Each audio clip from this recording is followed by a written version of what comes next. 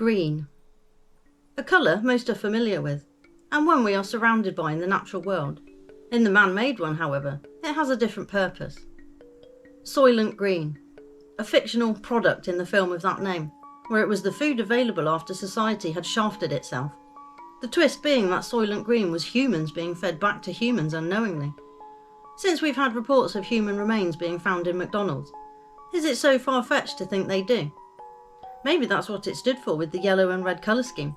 A different coding system using colours. See my article, Seeing Red.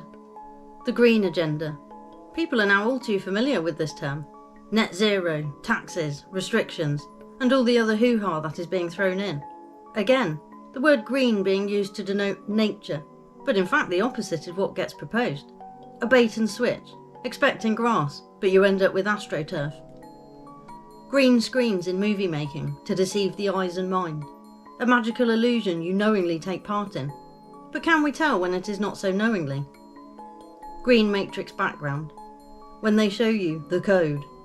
A glimpse into how the simulated construct appears behind the scenes, as never-ending streams and lines of green symbols.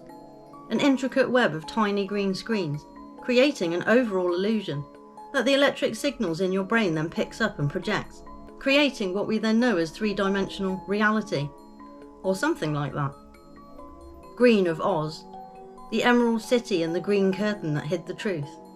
But it is said in the original stories that the city wasn't emerald at all, but the visitors were made to wear green glasses when they arrived, so that it only appeared as green and sparkly.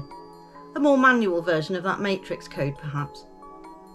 Green pops up in mythology here and there too, for the colour of skin, reminding me of the strange children to appear from a cave in Cornwall that had green skin, mentioned in Appearing from Nowhere. In Hinduism, the goddess Matangi is represented as emerald green in colour. The Egyptian god Osiris is known to be green in many depictions too, to signify rebirth and growth, they say. The green man myth from the British Isles along the similar vein. And for a more modern idea, we have the Incredible Hulk. Not quite the same, and with quite a different backstory, but kind of fits when you realise how fantastical the ancient stories were. He might just fit quite well. They say you get green with envy too, as well as anger as above with the Hulk. That having its roots in Greek mythology and finding new footing with Shakespeare's Othello. And with symbolism and numerology being quite significant these days, maybe chromatics are important too. How they affect us, our mood, thoughts, feelings and ideas. So there may be just more to green and other colours than meets the eye.